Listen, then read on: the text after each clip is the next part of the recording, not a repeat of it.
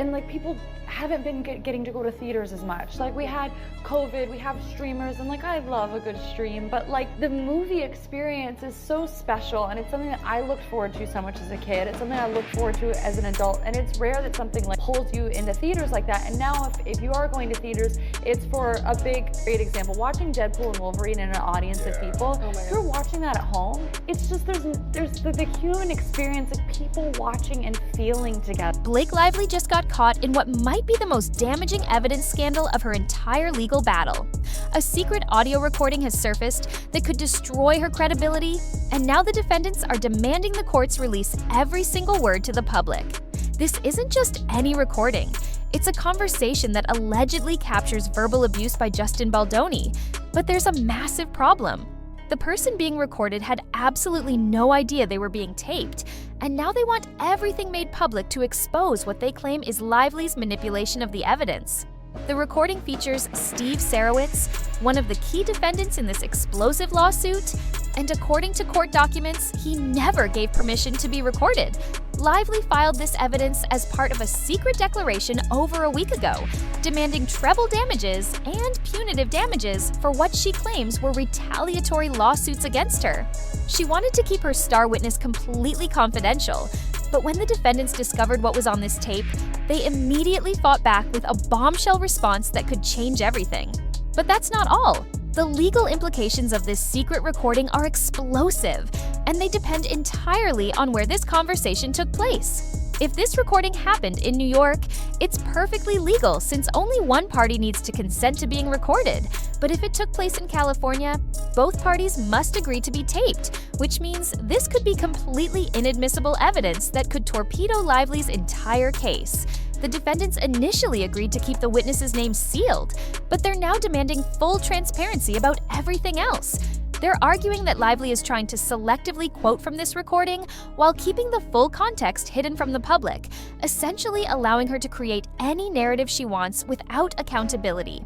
Court documents reveal that Lively has already cited specific time markers from the audio, minutes and seconds that clearly indicate this is a recording, but she's fighting tooth and nail to keep the actual content sealed. The defendants are furious because they believe she's using court secrecy rules to hide evidence that could completely contradict her claims about verbal abuse. It gets even worse when you realize what the defendants are demanding from the court, and it's not what you'd expect. They're not asking to expose the witness's identity, and they're not trying to reveal sensitive project details that could harm anyone involved. Instead, they want the full audio recording released because they claim Lively is cherry-picking quotes to create a false narrative about what happened. They're citing multiple court precedents from the Supreme Court and Second Circuit that establish a strong presumption of public access to judicial documents, especially when those documents will directly influence a judge's decision in the case. The defendants argue that since Sarowitz is the one who was secretly recorded without his consent, he has every legal right to demand the full conversation be made public. They're essentially saying that Lively can't claim privacy protection on behalf of someone else, especially when that person wants the truth to come out.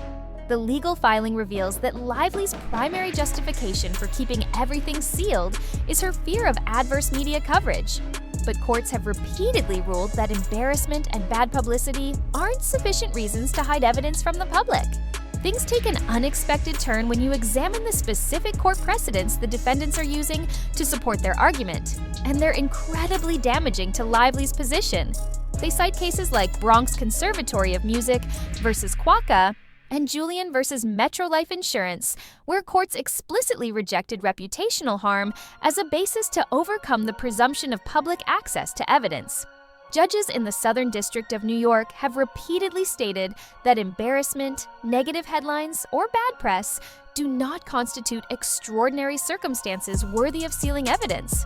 The defendants are essentially telling the court that Lively's own legal precedents work against her, and they're demanding consistency in how these rules are applied. What makes this even more compelling is that they're arguing Lively has already made portions of this recording public by citing specific quotes in her court filings, so she can't now claim it needs to be sealed for privacy reasons. They're accusing her of wanting to control the narrative by releasing only the parts that support her case while hiding anything that might contradict her claims. The court documents reveal that the defendants believe Lively is trying to weaponize secrecy rules to avoid accountability for potentially manipulating evidence. And here's where it gets wild. The defendants are making explosive accusations about Lively's evidence-gathering methods, and they're questioning whether this entire recording was orchestrated from the beginning. They're pointing out that someone had to make the decision to secretly record this conversation, and then that same recording somehow ended up in Lively's possession at exactly the right time for her lawsuit. The timing raises serious questions about whether this was a planned operation designed to create evidence rather than genuine documentation of spontaneous events. Court filings reveal that the defendants are suspicious about why the witness was recording in the first place, how they knew to capture this specific conversation, and what motivated them to hand it over to Lively's legal team. They're arguing that the full context of when this recording was made could be crucial to understanding whether it represents genuine evidence or manufactured drama designed to support Lively's narrative. The defendants claim that by refusing to release the complete audio, Lively is preventing the court and the public from seeing potential evidence of manipulation or coordination. They're essentially accusing her of creating a one-sided story while hiding anything that might expose the true circumstances behind how this evidence was obtained. The reason this happened will shock you. This pattern of questionable evidence handling isn't new for Lively's legal team, and it's raising serious red flags about their overall strategy in this case. The defendants point out that Lively has already generated substantial media coverage by selectively quoting from this recording in her public court filings, proving that she's willing to use parts of the evidence when it benefits her while keeping other parts hidden. They're arguing that she can't have it both ways. She can't use portions of the recording to create dramatic headlines while simultaneously claiming the full content needs to remain sealed for privacy reasons. Court documents reveal that this fits a broader pattern where Lively's team has been accused of taking statements out of context and making accusations without providing full evidence to support their claims. The defendants are particularly frustrated because they believe Lively is manipulating the court system to control public perception while avoiding accountability for the complete truth. They're demanding that if she wants to use this recording as evidence, the entire conversation must be made public so that judges and the public can evaluate it in its full context, rather than through carefully selected quotes designed to support only her version of events. And listen to this. The biggest bombshell in this entire controversy might be the role of Judge Lyman, who's already facing serious accusations of bias in favor of Blake Lively and Ryan Reynolds throughout this case.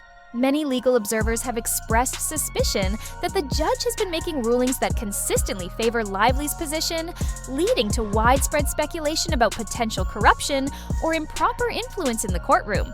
However, there's a glimmer of hope for transparency because Judge Lyman recently reversed one of his own decisions when presented with compelling legal arguments about attorney-client privilege, showing that he might be willing to change course when the law clearly demands it.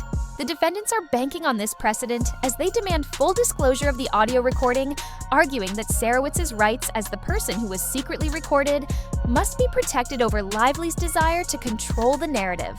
This ruling could become the defining moment that determines whether the public gets to hear the complete truth or whether Lively succeeds in using court secrecy rules to hide potentially damaging evidence. With everything on the line, this decision will reveal whether the justice system prioritizes transparency and full disclosure over celebrity privilege and media manipulation. The stakes couldn't be higher for both sides.